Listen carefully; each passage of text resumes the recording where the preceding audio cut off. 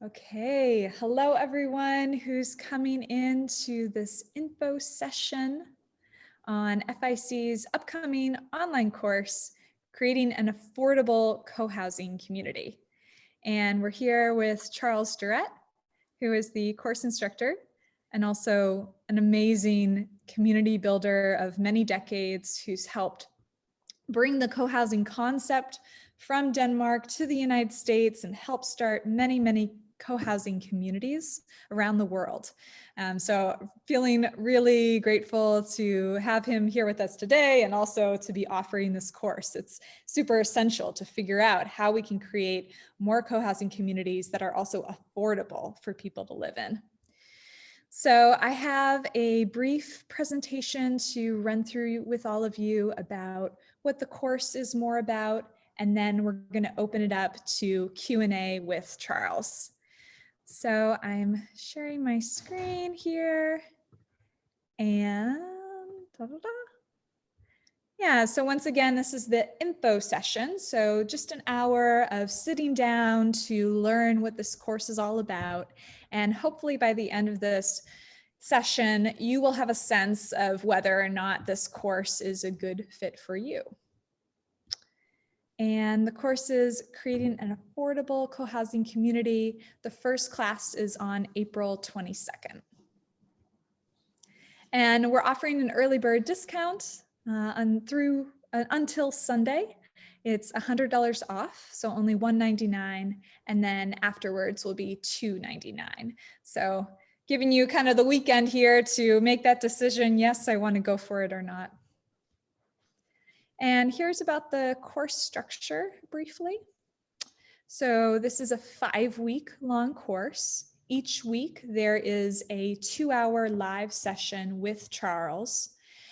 And that's going to be, not in the webinar mode, which we're in right now. It's actually going to be in Zoom meeting mode. So you'll be able to see all of the other students in the cohort. We can put you into breakout groups. We can do fun kind of networking activities and games, and yeah, make it a really interactive experience, which I think is something that sets our courses apart from a lot of other courses that are mostly pre-recorded and more limited on the live interaction.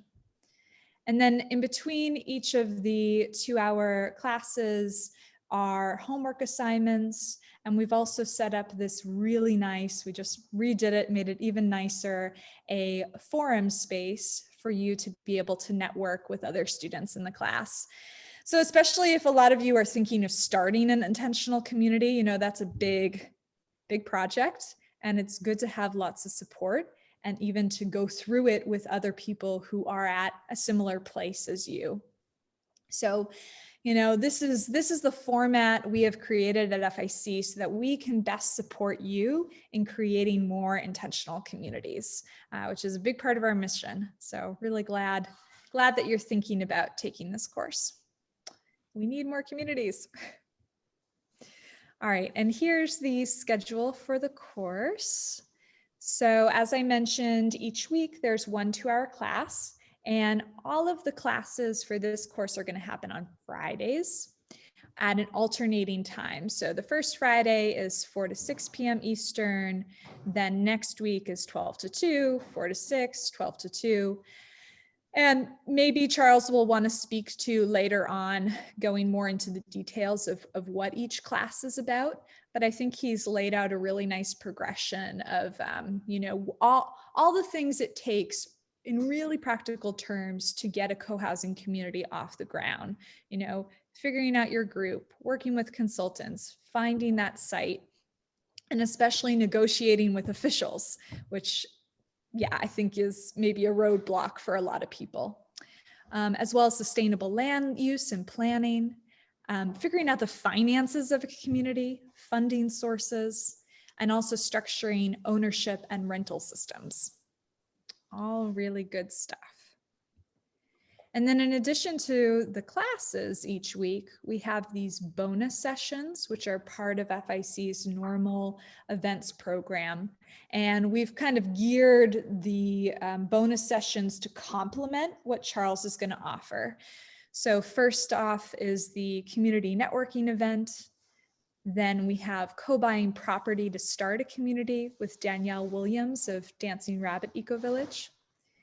And then we're going to do this really interesting panel discussion with various people who either represent or are familiar with intentional communities and the legal models in intentional communities specifically. And then lastly, with Karen Stupsky, we're going to have a session on community land trusts as a model.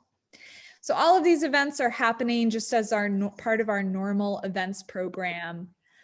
And as a course participant, you get to join all of them for free. All right.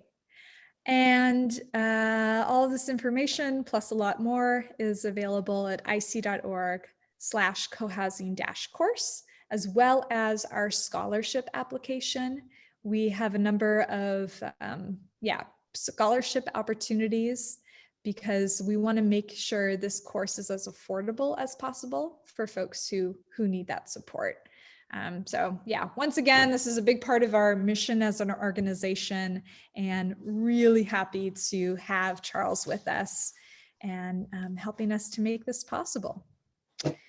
So that's all I have, and we're going to go into questions soon, but I want to, Charles, do you want to introduce yourself to folks who don't know you and your work?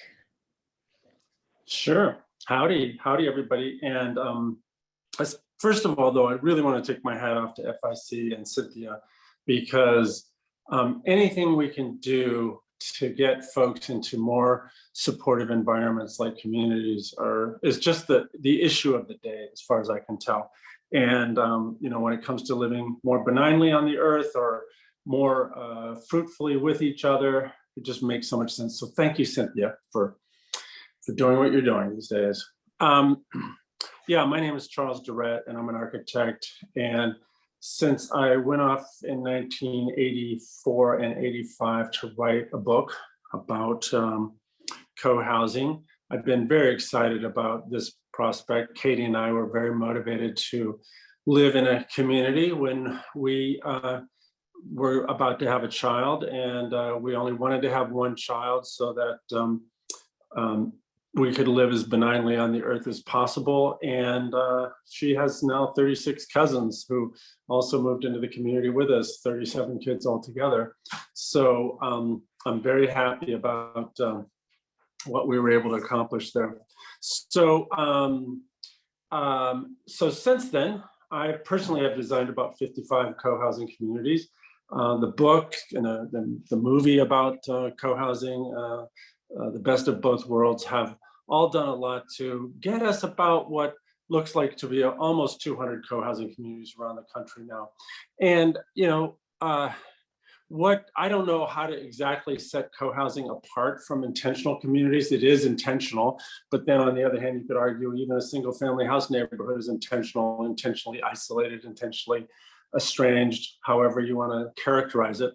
But I really like the fact that it has, brought what looked like a good shot in the arm to the intentional movement in this country, really appealing to, I don't like to say this, but more mainstream people. I mean, people who wanted to be alternative, but not that alternative. I mean, like we don't have any, co-housing is 6 things. It's very intentional about having the future residents play a huge role in the future of their own community or their own residential neighborhood.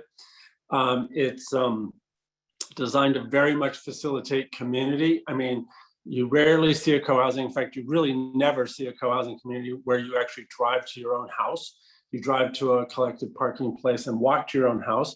We actually had a 90-year-old woman who, because the way co-housing gets laid out, there's usually a few houses that are close to their cars, but she moved from the closest to the parking to the furthest, 700 feet, and to her parking place. And she told me one day that what's important to her is her relationship with her neighbors, not her relationship with her car. It's entirely self-managed, that's co-housing. And there's extensive common facilities. But what sets it apart from some intentional communities is there's no combined income, other than the fact that we have to manage the ranch and we pay for quite a bit of things together, but there's no mixed incomes per se. And there's no hierarchy. There's never any hierarchy. It's always, everything is done by consensus. And I'm sure there's plenty of intentional communities like that too. But there's no specific ideology even. I mean, the only ideology that we have of consequence is that I, as an individual, will do better and be happier and live lighter on the planet, and life will be more convenient, more practical, more economical if I cooperate with my neighbors than if I don't. That's it. That's basically the common denominator, is cooperation, sharing, and all the rest, but only when it makes sense and only when it's done by consensus. But consequently, we have one shared lawnmower amongst 34 houses and about 100 other things that we share too. And it's all stuff that makes sense. So, I'm mostly a practitioner, but I'm also an importer. In other words, I brought with Katie co-housing to the US of A and North America. We've done 5 projects in Canada in recent years.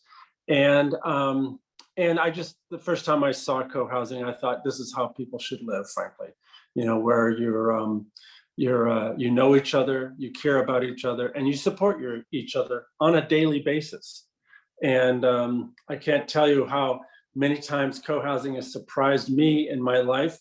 We had a 77-year-old woman in my former co-housing community that was bedridden for her last 7 months. And every single day I read her the newspaper headlines and took her coffee.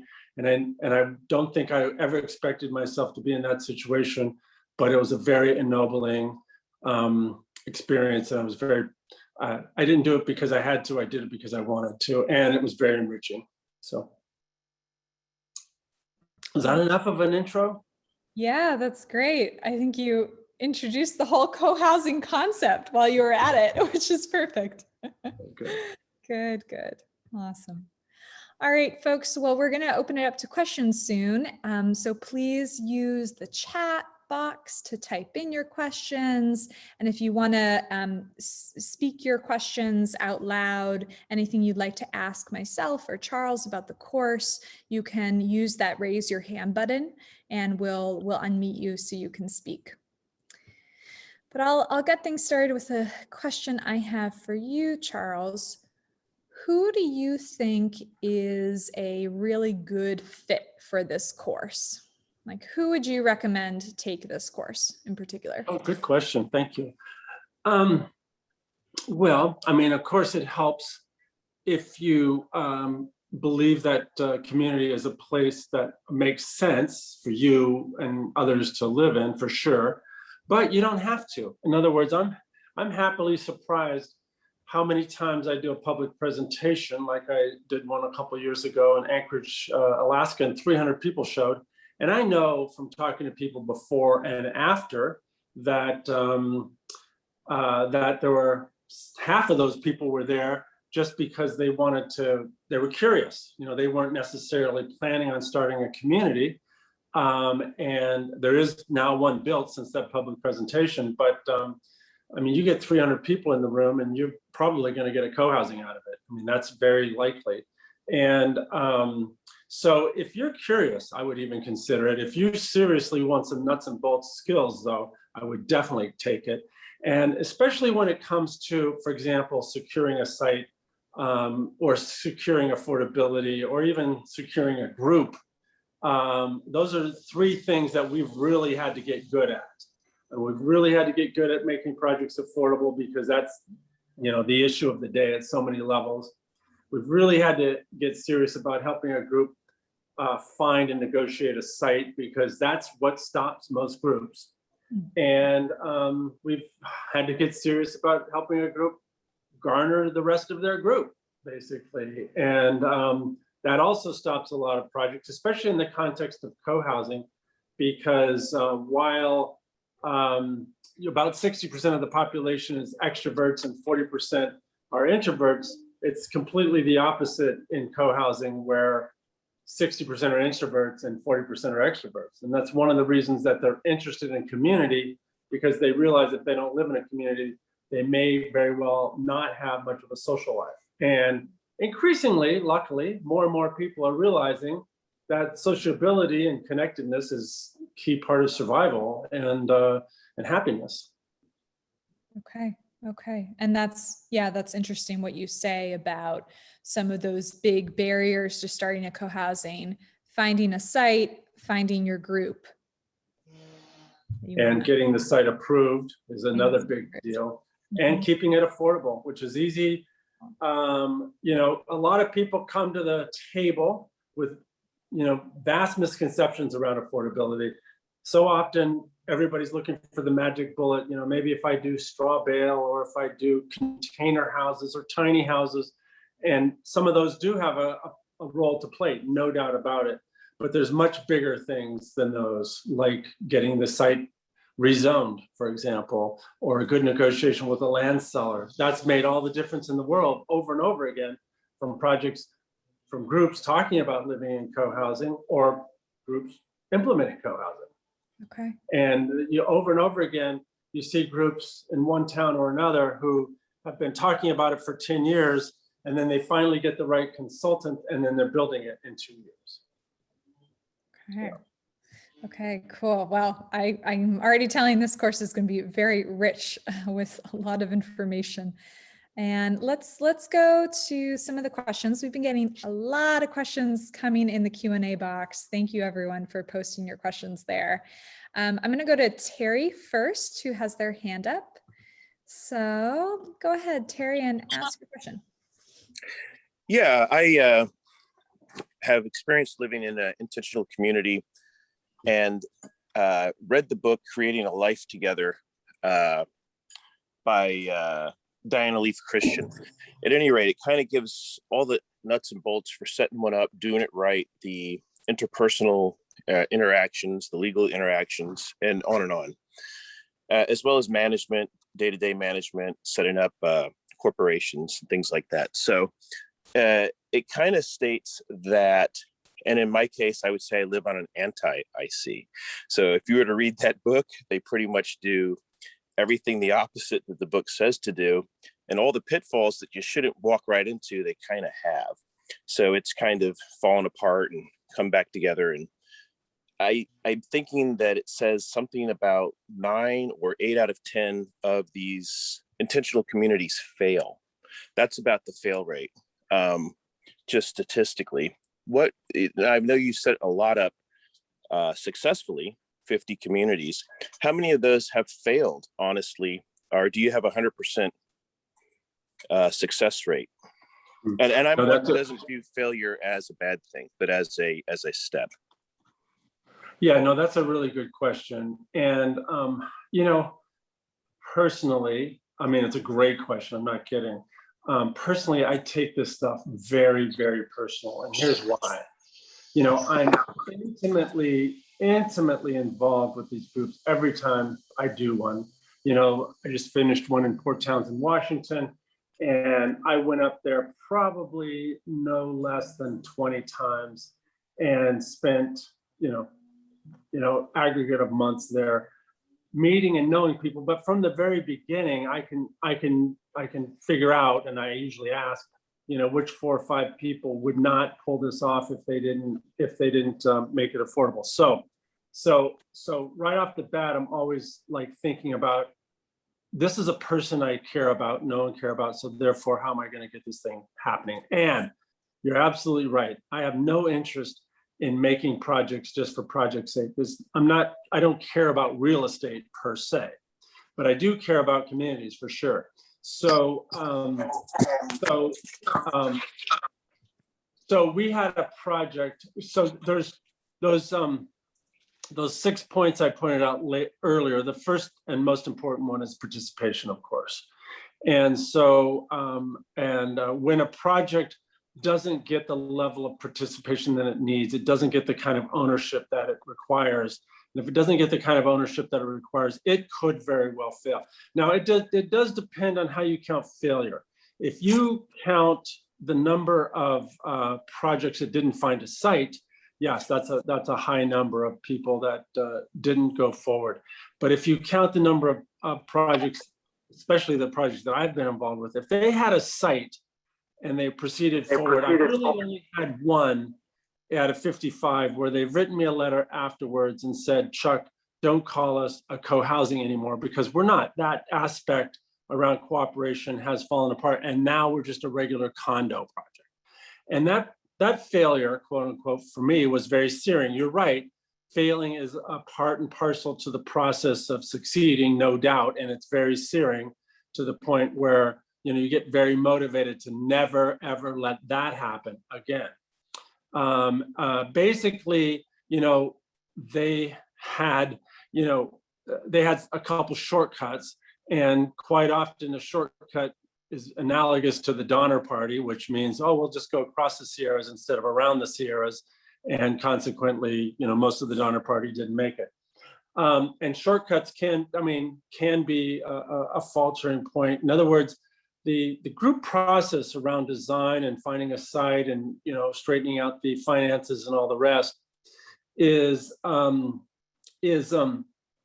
just for the sake of getting the job done, but it's also for the sake of learning how to work efficiently together, how to grow bonds and ownership emotionally, especially for the new project.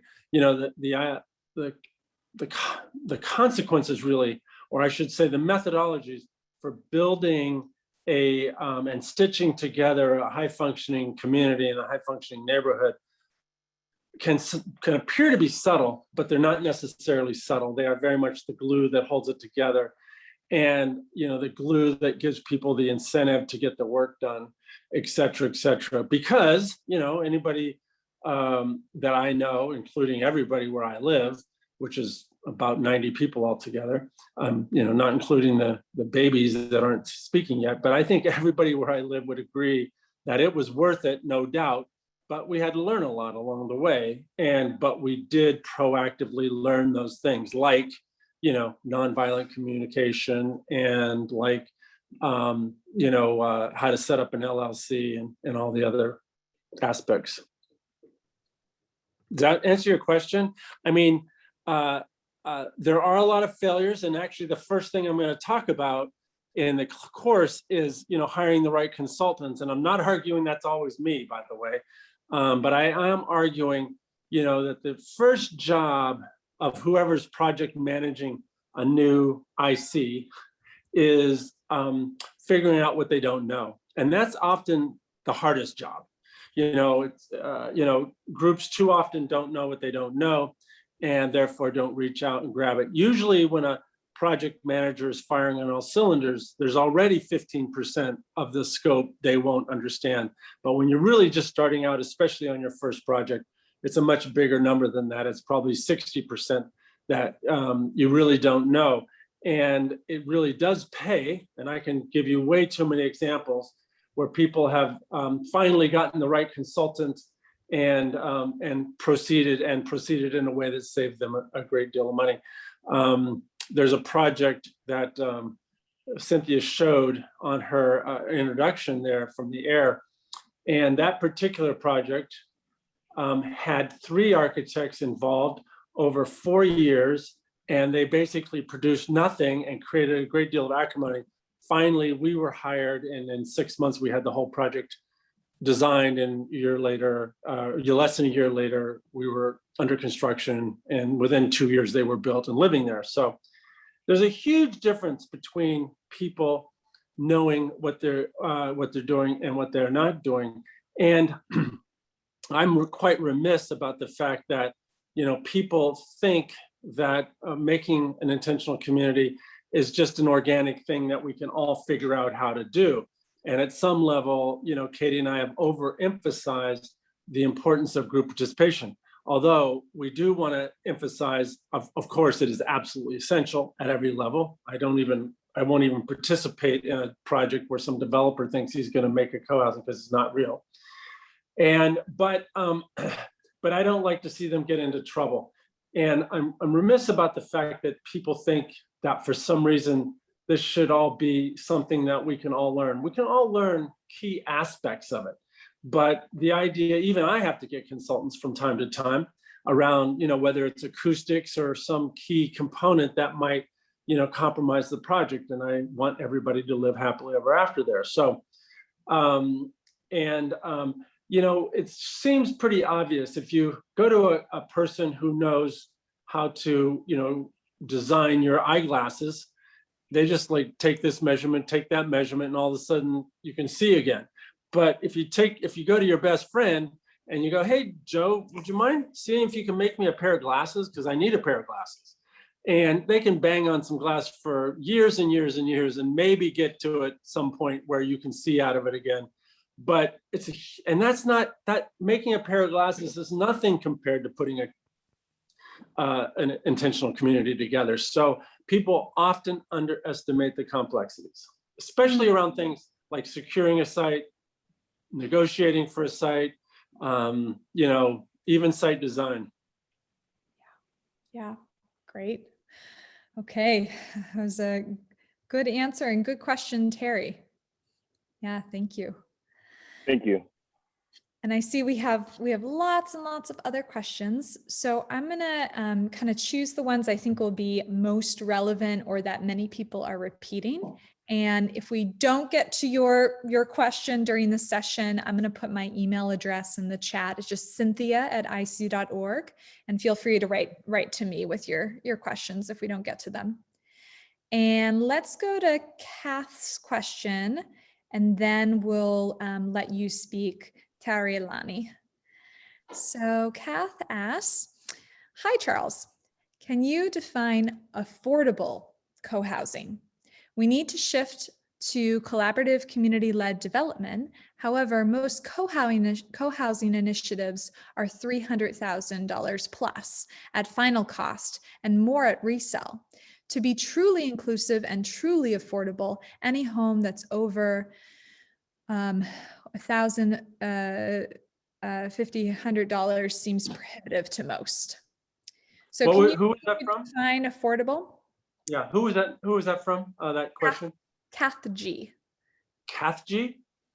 Wow, okay, Kath G. Kath G is just the. Oh, Kath G's? Interesting name. Cool name.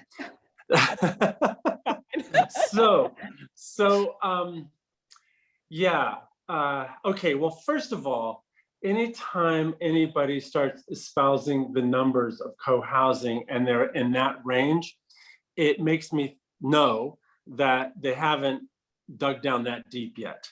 Affordable to me means attainable. And so, for example, I just finished a project in Stillwater, Oklahoma, and we had to make it attainable to many people in the group, we had to do 6 houses that were 150,000, and we did it in a brand new spanking houses for 150. So I think all 6 of those people moved into a house where the mortgage was less than the rent.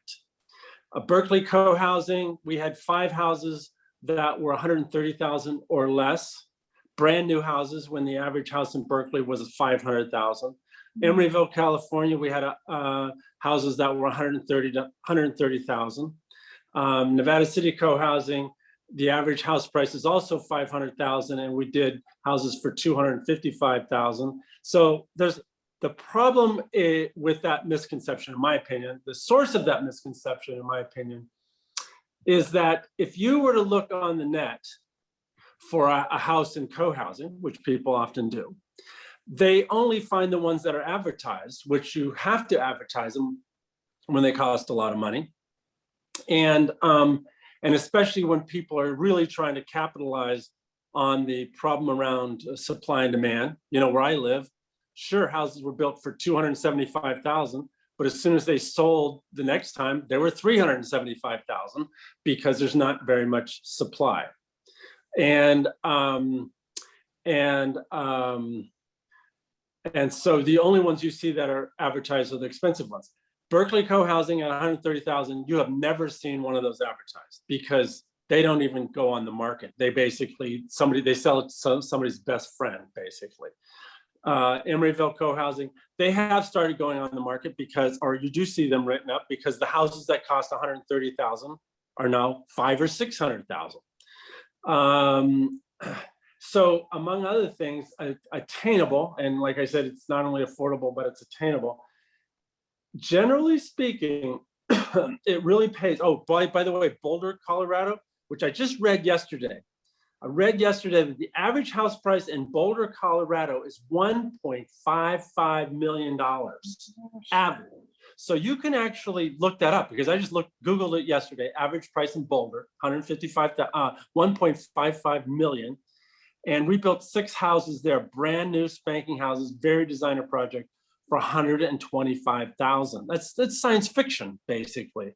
And we get into these science fiction rabbit out of a hat projects over and over again, because what we do is we say, okay, what can you afford? Let's make that happen. That's what affordable means to me, is you go to a bank, the bank tells you what you can afford. We get a piece of paper that says you can afford this, and then we make that happen. There's a bigger problem. There's lots of social issues here around people's private finances. And one of them is that people, when they made, when they were, made enough to buy a house, they were working for 40 hours a week. They actually want to work less now, maybe 30 hours a week. And so, yes, their ability to buy a house can go down, but that's just a rare case, really. But it does happen. I'm surprised how often it happens. And, I love that at some level because, if I wish I had more time to appreciate my community. I feel like I'm working 50, 60 hours a day. I mean, a week right now, but my highest priority is working with my community members in the garden. And tonight we have a special rototiller night. And, it's just so much fun stuff to do in my community that I'd rather work 30 hours. It's not happening, but I understand the temptation. So if you personally want to look at, buying into a place, you really have to go visit them, get yourself known. And like if you really wanted to ever buy a house in Berkeley Cohousing, I don't know how you would do it other than going there and spending a lot of quality time with people. And they probably still won't have a house available for 2 or 3 years because the turnover has been almost nil. Basically, the only 2 people that I know have moved. No, 2 of the 3 have died.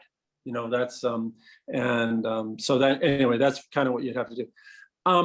The reality when it comes to real estate, and although I don't like to think of communities as real estate, it is a necessary evil, is that the first in always do better.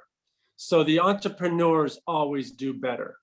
Of course, there's risk involved, and that ties back to the last question about failures, and therefore I think a key job is to make sure it does not fail.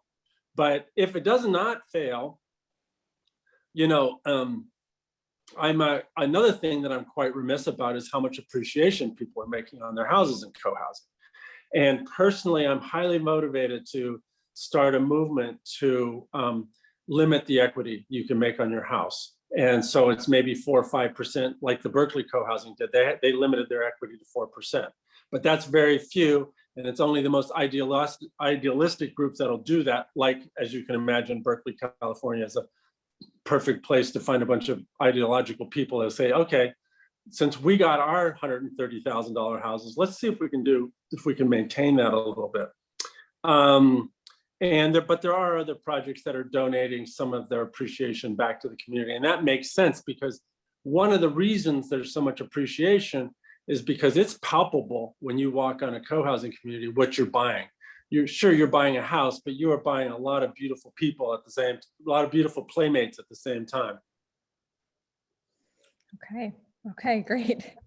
That's a very good, thorough answer to the question. And I hope everyone's hearing, yes, we're talking about really affordable, not just using that as a term. Charles means it. Okay, and now we can go to Tarilani. I hope that's how you say your name. Go ahead and ask your question. Hi, my name is Tiare Lani. So you were quite close. Thanks for trying. And I'm based in TRA. TRA? That is very similar to how you say it. It's like that, but just a bit more fluidity and you're good. Okay, TRA. Okay, cool. Thank you. Yeah. TRA. Mhm. You got it. Cool, thank you. TRA. Wow, so many beautiful names. Thank you.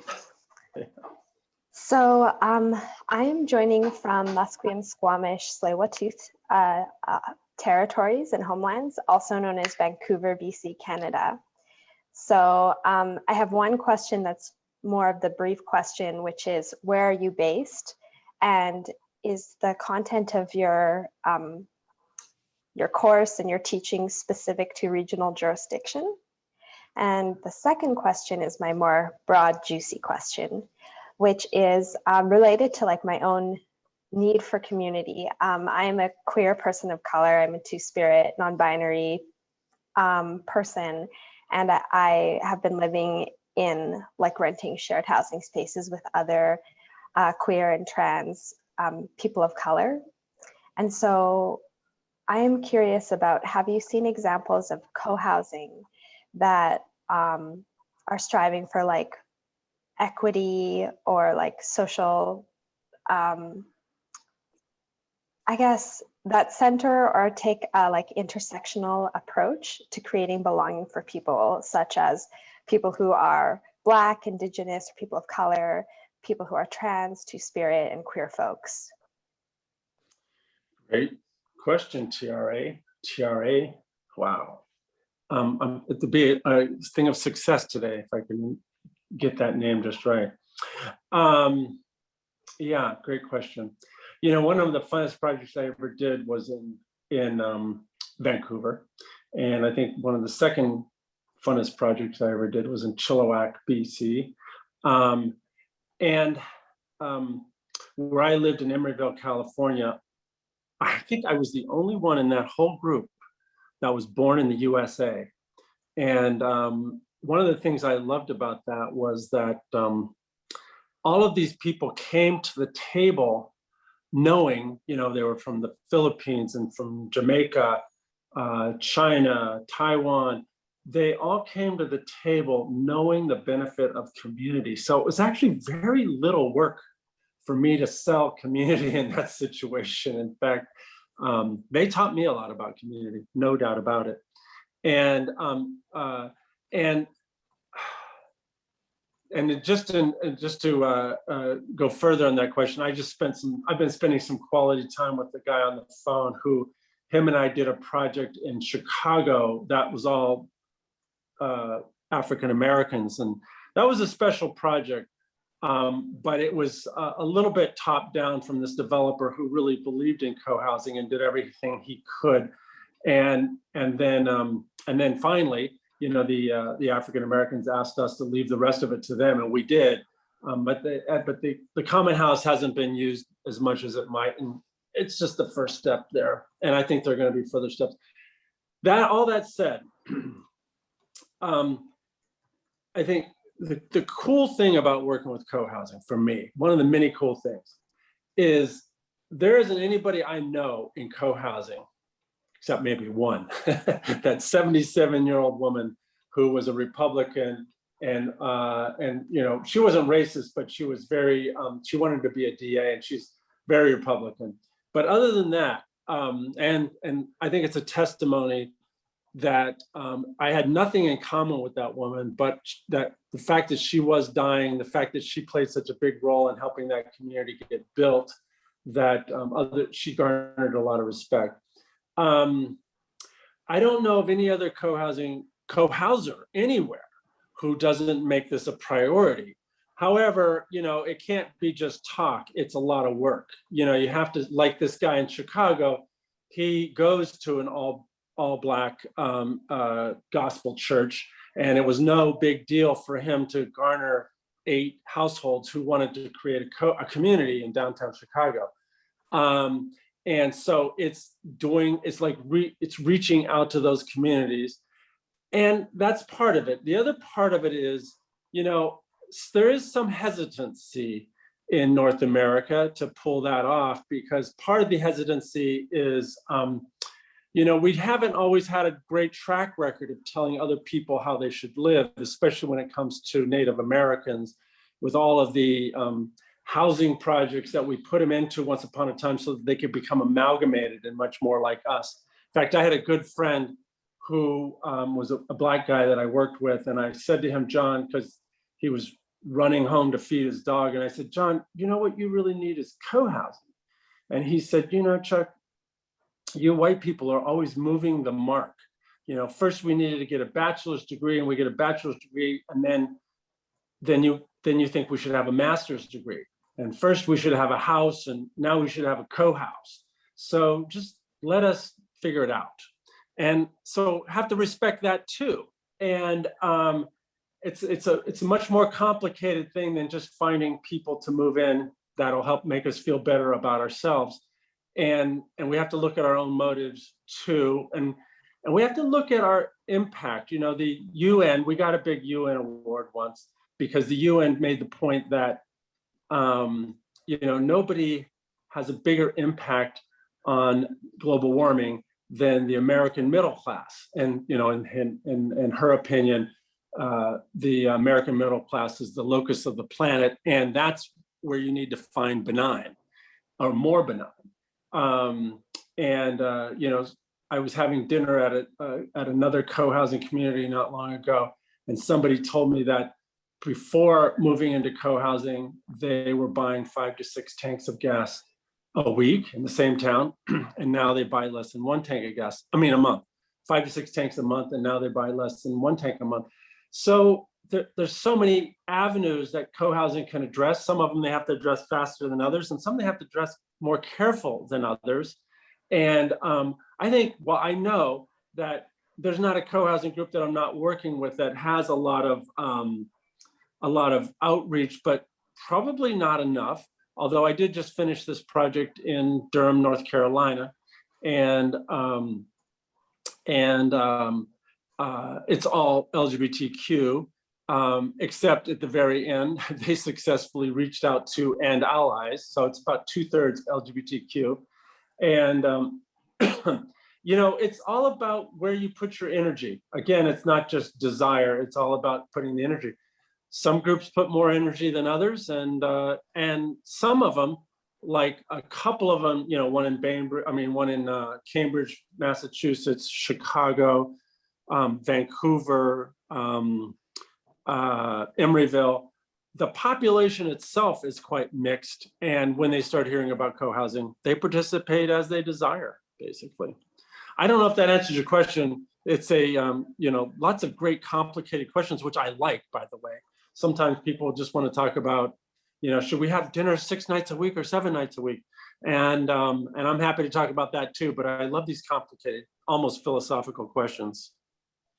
I appreciate it. I feel like it's what you're saying makes sense, and I'm like looking for examples of co-housing where I like will see myself reflected in them, and also resonating with your comment about like it starts with the community of people who want to participate. Yeah, and you know, you can do your best to make that happen, Tiara. Tiara. A at the end. Tiara. Yes. Tiara. Okay, Tiara. Sorry about that. Oh, good. You know, it's fun trying to do a little social engineering, as long as you know where you should pull back, basically. But it is fun, you know, so give it your best shot. And Charles, do you want to share where are you based now? Oh yeah, sure. I'm in a little town of 3,000 people in Northern California, halfway between Sacramento and Lake Tahoe in the mountains. And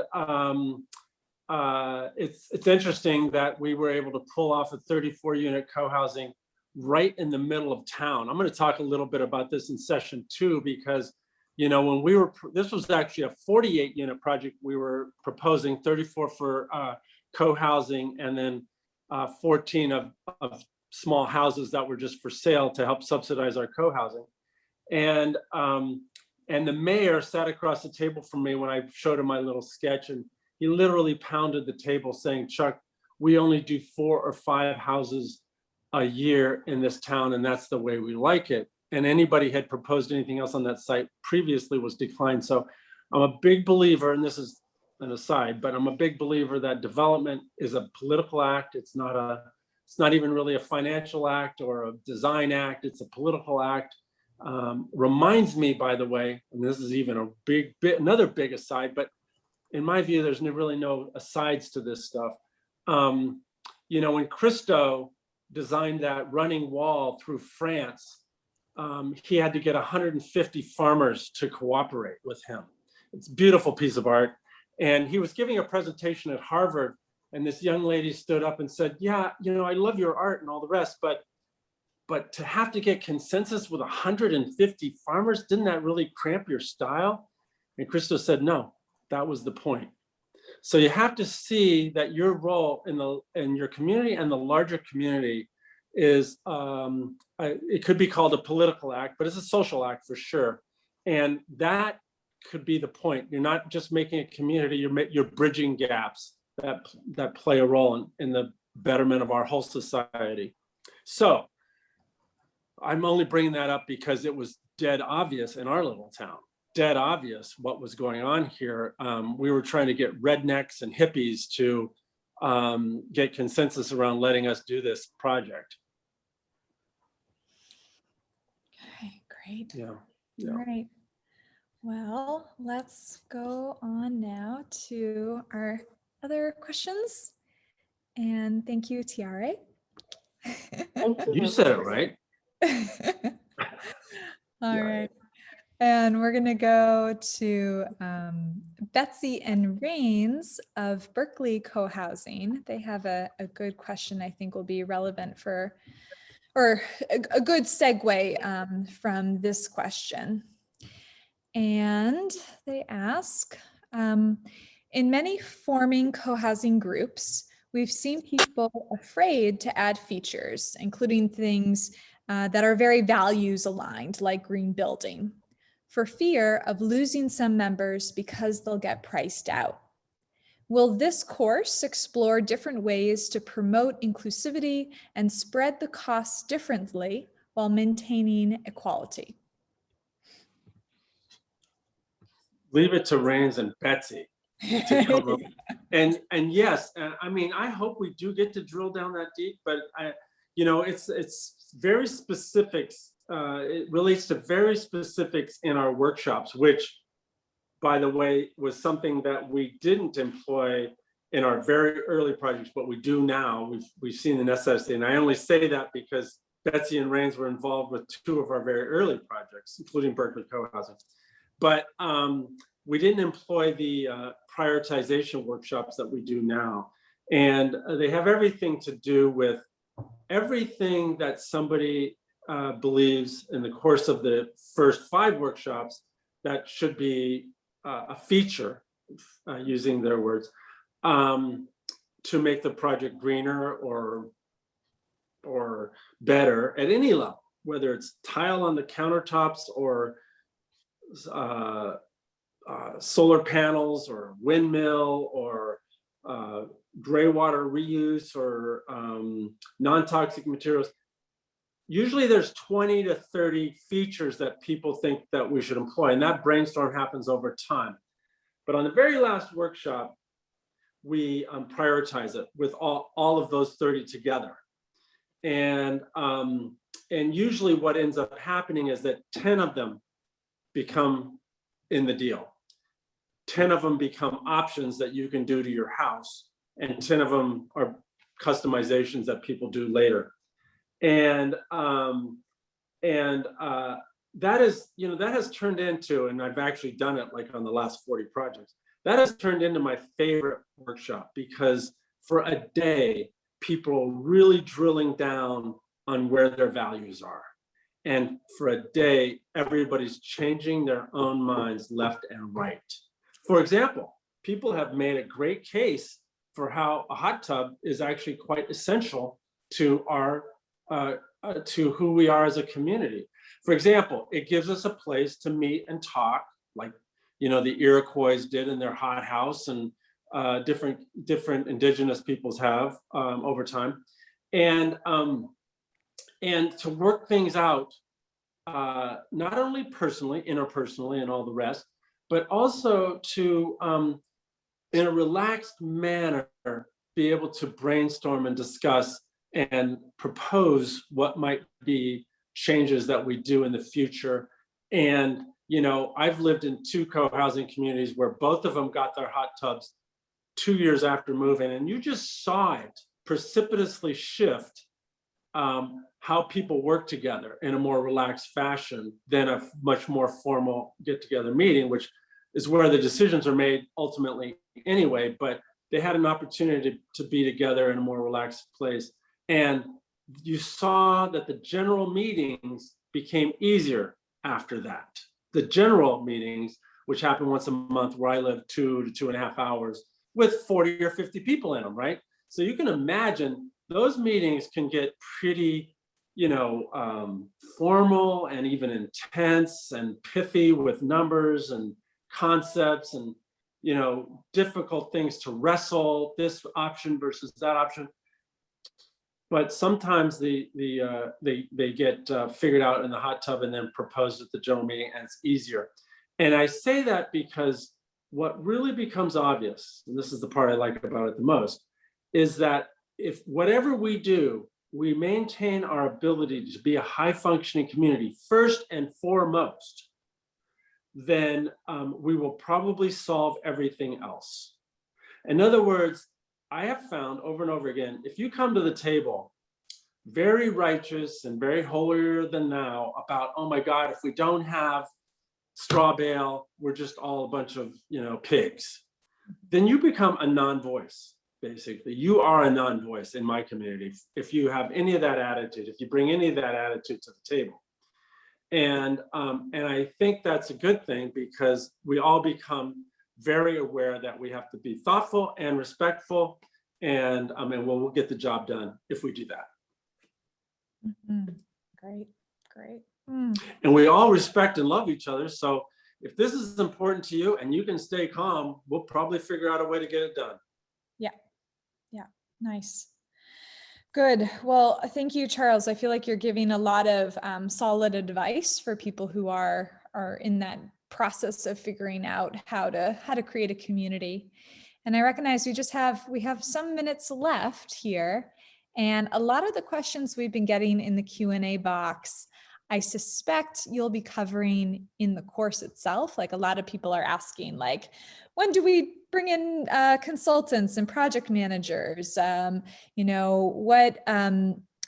do we figure out the financing? Like, a lot of questions about how to do, but I'm guessing you're going to cover all that in much more detail during the course. So if anyone has questions about the course or things that you're wondering if it'll be covered, I'd love to hear those questions. Give me a second here, because I want to say that to get the most out of the course, I can't recommend enough that people read the book Creating Cohousing, but preferably because both books have a lot of specifics, Senior Cohousing. And the reason is because personally, I don't want to feel like I'm just reading the book to people, and we can get so much further into the realities, especially the specifics, if you've read the book and you come to the table with really great questions. Questions that really address your needs and wants and desires. So I'm going to put that out there. It's not just a blatant advertisement. I basically get no money for selling the books, but I really do believe, I know for a fact, that those conversations are much more sophisticated than not having read the books.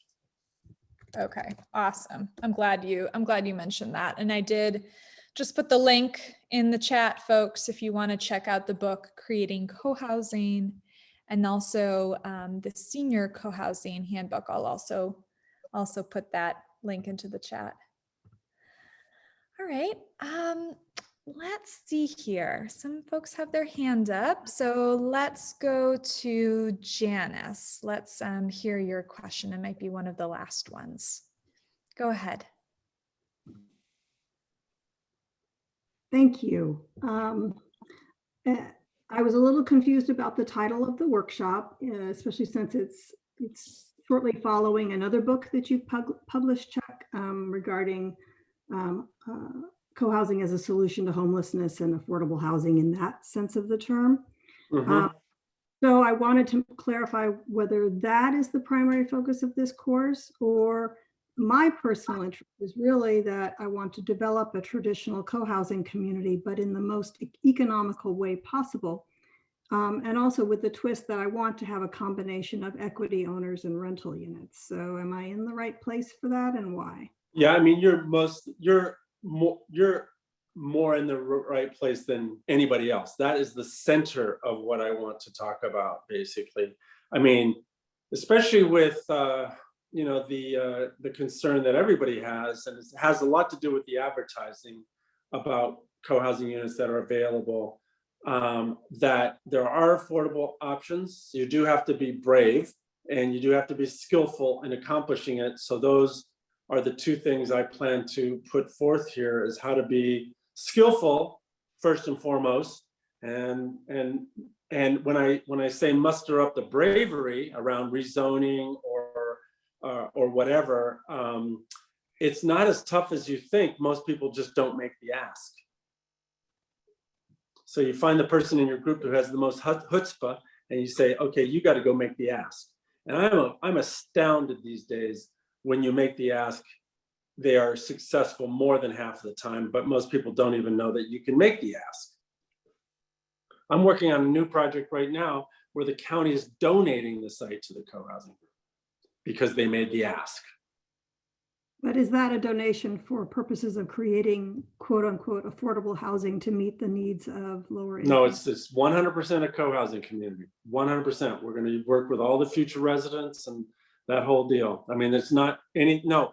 Yeah, that rate, thank you for bringing up that latest book. I'm very proud of it, but that is not co-housing. That is homeless housing. And that is another moral project that we have of consequences. I mean, I'm just sick of people sleeping under bridges right now. So I did the best I could to write that book. And by the way, I'd love it if everybody got that book too. It's only like $13 if you get it from Oro Books, Oro Editions directly, with using the code word solution. And I bring that up because it's $20 at the store. But if you have any homeless problem anywhere around you, grab that book and give it to your local mayor or similar. Because I know everybody cares about it. I think I'll do that. Thank you. Thank you. Yeah. Thank you for that question, Janice. And thank you for mentioning the book and writing the book, Charles. I'm going to put that link in the chat for everyone. And Karen had asked a good question about when else we'll be offering this course. And we will be doing the same course again in July and again in October. So if you want to have time to read those books, you can read those books and then take the course, or however you prefer. But yeah, we're gonna wrap up now. So that was really rich. I hope everyone got a lot of information and has a better sense of whether or not this is something you want to sign up for. Once again, the early bird rate will go until Sunday, so make sure you take advantage of that if you'd like. Yeah, and once again, my email address is cynthia@ic.org. And so feel free to write to me if you have additional questions. And thank you so much, Charles. It was awesome to have you. Hey, it was fun. Thank you, Cynthia, very much. Okay, well, looking forward to seeing a lot more of you. Okay, likewise. Ciao. Thank you. All right, thank you. Thank you everyone for coming. Bye. Okay, bye-bye.